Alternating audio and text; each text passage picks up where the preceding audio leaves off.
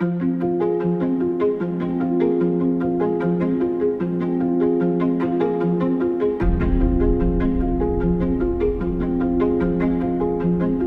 boarding is our take on flexi boarding, which is structured to allow children the opportunity to get a boarding experience without the complete disruption of family life. So pupils are given 2 nights a week as part of the package, which ensures that the boarding houses have a busy sense of community and buzz about them every single night. Most children will then top up to a 3rd or a 4th night from there, but there's a certain degree of flexibility within it. In our 1st and 2nd form, children can either be day boarders or full boarders. The vast majority of them in years 7 and 8 will take up 1 night a week in Park Close, which is a stunning house just off campus. All children at Bloxham have the possibility to board, although it does differ slightly depending on where you are in the school. In our lower schools, so years 7 and 8 or 1st and 2nd form, children can either take up a full boarding place or a day place, but the day pupils are given the option to board on a bed and breakfast basis. From 13 plus, children will join one of 7 boarding houses, of which there are 4 for boys and 3 for girls. The full boarders are able to stay 7 nights a week if they wish to, and the day pupils get 2 nights a week, including that package, and the ability to top up from there. What we do say is that for the day boarders, one of the most important things in terms of settling in is the child and the parents set regular nights as best they can, so it provides a sense of rhythm and routine for that particular child. The benefits of boarding are that children get a chance to be part of a community that's bigger themselves, that's safe and secure, and as they move up the school they can take greater opportunities for responsibility. It's something they don't really realise the importance of until they reach the senior years actually, and beyond their time at Bloxham. They have the opportunity to access their teachers and all of the other support systems that are in school pretty much 24 hours a day.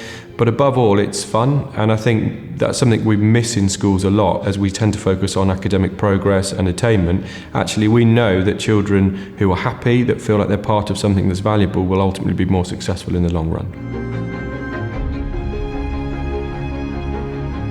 The boarding offer at the weekend starts after a full programme of lessons and competitive sport for all children on a Saturday morning. They then are fed supper and then go into a weekend programme of activities which might involve trips to local attractions. It could be the cinema, it could be bowling, or it could be further afield. Throughout the year there's a range of social events going on, such as house dances, balls and formal dinners. But generally speaking, what most teenagers want to do at the weekend is relax. So those on a Sunday who are not up for any of the far-flung trips will just hang out on campus. They have the run of the site, they have the option to use the swimming pool, there's normally a shopping trip onto either Oxford or Banbury, and they can simply just hang out with their friends.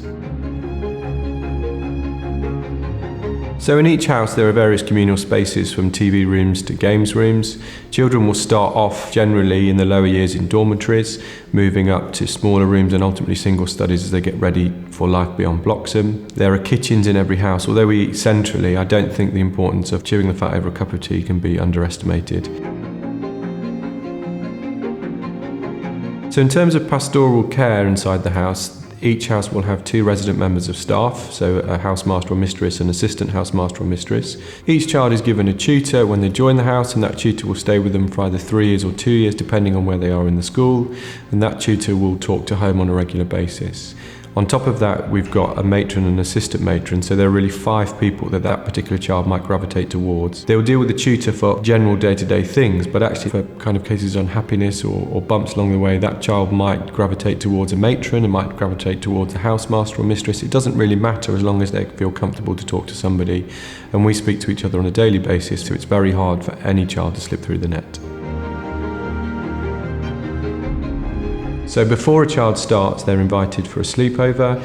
We also have senior members of the house writing to that child, and this just means that there are a number of friendly faces available on day 1. We have various induction events and activities running throughout the first weekend, which we try to get as many children to be involved in as possible. And then crucially, the house music competition starts on the first weekend back, which means that all children are thrown into being a part of something that's bigger than themselves right away, and that really is important for getting the house integrated.